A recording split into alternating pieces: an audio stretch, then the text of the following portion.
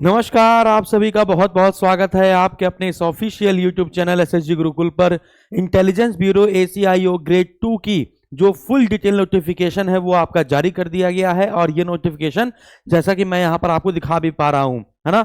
सबसे पहले एसीआईओ आप बनने जा रहे हैं, फुल फॉर्म क्या है भैया? Assistant central intelligence officer grade 2, है ना, कि ये पोस्ट आई है। 995 पोस्ट है। इसका एक शॉर्ट नोटिस आया था, जो नोटिस के बारे में हमने आपको पूरी तरीके से रूबरू करा दिया था। तो चलिए अब हम लोग डिटेल्ड नोटिफिकेशन पढ़ते हैं।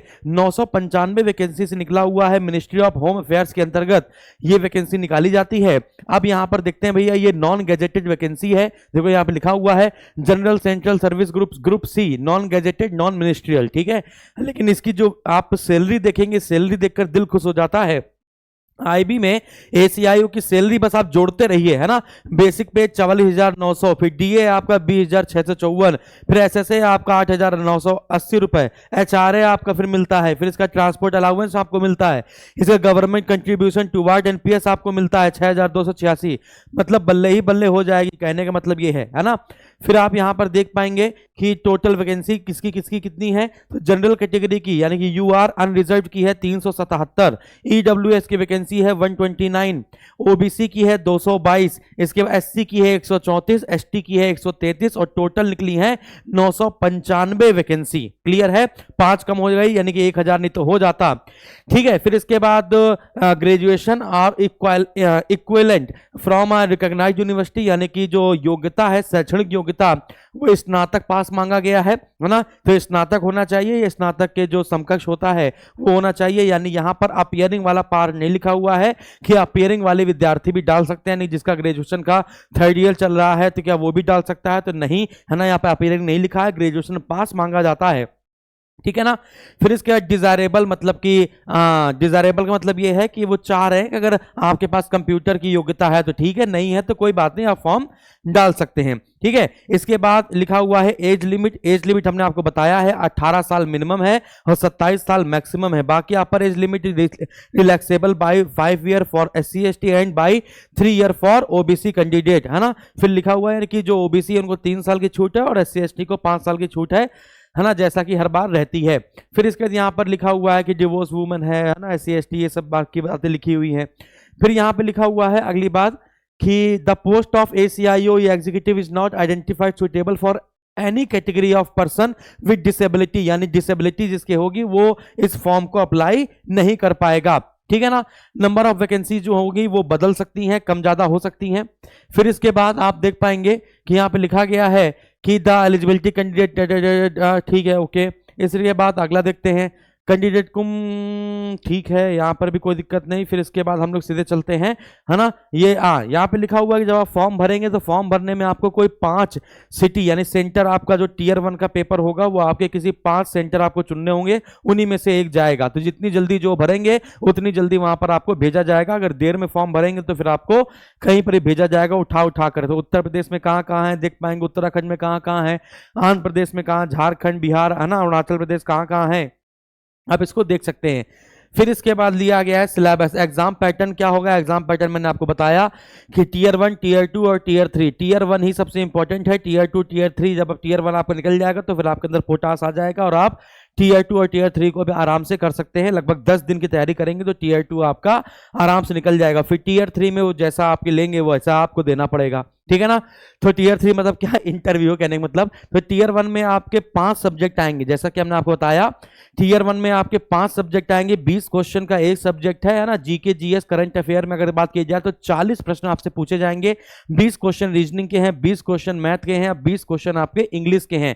निगेटिव मार्किंग की बात की जाए 1/4 आपकी नेगेटिव मार्किंग है ना। टियर 1 में जो विद्यार्थी पास हो जाएंगे, टियर 1 में जो विद्यार्थी पास हो जाएंगे, है ना, कुछ नंबर ऑफ वैकेंसी का 10 गुना बुलाया जाएगा। यानी 995 वैकेंसी हैं, 9,950 विद्यार्थियों को टियर 2 के लिए बुलाया जाएगा, है ना। टियर 1 में आपको इतनी मेहनत करनी होगी कि कम से कम कुछ नहीं तो 80 नंबर आपके पास आए, 75 to 80, है ना। 75 to 80 पहले आईबी का जो पेपर बनता था, अगर आप 2018-19 का पेपर देखेंगे तो बहुत हलवा पेपर बनता था। लेकिन अगर आप 2021 का पेपर देखेंगे, 2022-22 का पेपर देखेंगे तो आपको लगेगा यार पेपर बनाया है कि क्या ही भयंकर बनाया। अब तो स्टेटमेंट वाले क्वेश्चन आना शुरू हो गए हैं।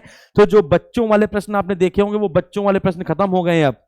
है ना, कि नमक का सूत्र क्या होता है और बेकिंग सोडा का फॉर्मूला क्या होता है, ये सब नहीं आता है ना। एक बार मैं आपको पेपर अभी दिखा दूंगा थोड़ी देर के बाद कि ये पेपर में ये चीजें आती हैं, ठीक है ना। फिर इसके बाद टीयर 1 अगर आपका निकल गया, 70 नंबर 75 नंबर आपके इधर आ गए, तो आप मान के चलिए टीयर 2 के लिए क्वालिफाई हो जाएंगे on the basis of 2021 paper. Okay, फिर टीयर 2 में आते हैं। टीयर 2 में आपका डिस्क्रिप्टिव पेपर होगा 50 नंबर का। 50 नंबर को दो भागों में बांटा गया है, एक आपका 30 नंबर का ऐसे होगा, और देखो मतलब रटा हुआ है हमको पहले से, ये सब बहुत दिन से पढ़ाते चले आ रहे हैं हम आपको। तो 30 नंबर का आपका ऐसे होगा और 20 नंबर का आपका क्या होगा, कॉम्प्रिहेंशन होगा, यही लिखा हुआ है। और 50 में से 17 नंबर आपको लाना ही पड़ेगा किसी भी हालत में। फिर टीयर 2 जब आप पास कर लेंगे तो टीयर 2 के अलावा जितने भी विद्यार्थी आएंगे उसका 5 गुना बुलाया जाएगा टीयर 3 के लिए, इंटरव्यू के लिए।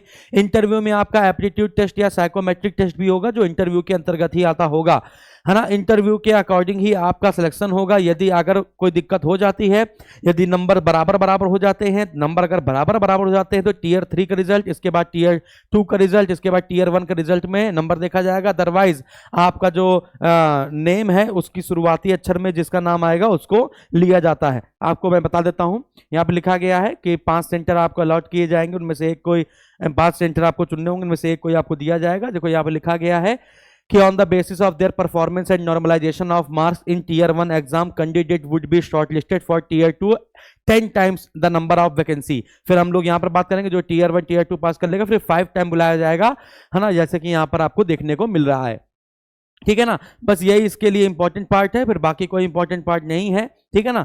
ऑनलाइन रजिस्ट्रेशन आपका 25 नवंबर 2023 से, यानी कि आज से शुरू हो चुका है ना। नोटिफिकेशन भी अभी आया है, तो 25 नवंबर 2023 से आपका स्टार्ट हो गया। 450 रुपया कुछ मांग रहा है ना, अभी देख लेंगे हम लोग।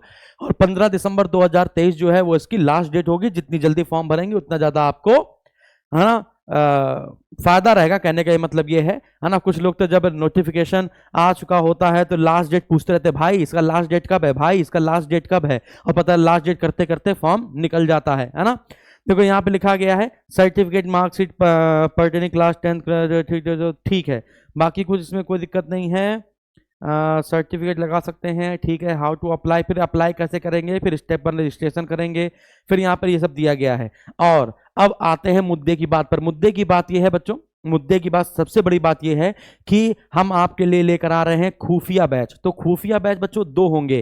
पहला खुफिया बैच आपका परसों से स्टार्ट हो रहा है, यानी 27 नवंबर से खुफिया बैच स्टार्ट हो रहा है। वो यूट्यूब पर स्टार्ट हो रहा है, फ्री फॉर ऑल है वो, है ना, वो फ्री फॉर ऑल है। इसमें पहले हम लोग प्रीवियस ईयर के पेपर कराएंगे, इसके बाद आपको, है ना, एसएसजी गुरुकुल के प्रैक्टिस सेट कराएंगे, है ना। जबकि अगर हम लोग बात करें कि हम लोग ला रहे हैं 5 दिसंबर 2023 से हम लोग बैच ला रहे हैं खुफिया बैच 2.0, वो की पेड बैच होगा, है ना। और मात्र उसकी फीस बहुत कम से कम फीस रखी जाएगी, है ना। आप सोच भी नहीं सकते हो कितनी कम फीस रखी जाएगी, है ना। तो तैयार हो जाइए वैकेंसी के लिए। 18 से 27 इसका फॉर्म जरूर डालिएगा। टीयर 1 में ही दम है, टीयर 2 टीयर 3 में कोई दम नहीं। जिन भी विद्यार्थियों को टीयर 1 निकला है ना, वो टीयर 2 टीयर 3 के लिए मैक्सिमम से मैक्सिमम अगर आप 10 दिन पढ़ लेंगे तो कॉम्प्रिहेंशन और डिस्क्रिप्टिव आप अच्छे से कर ले जाएंगे, है ना। बाकी इंटरव्यू में छटनी होती है अच्छी खासी, ठीक है ना।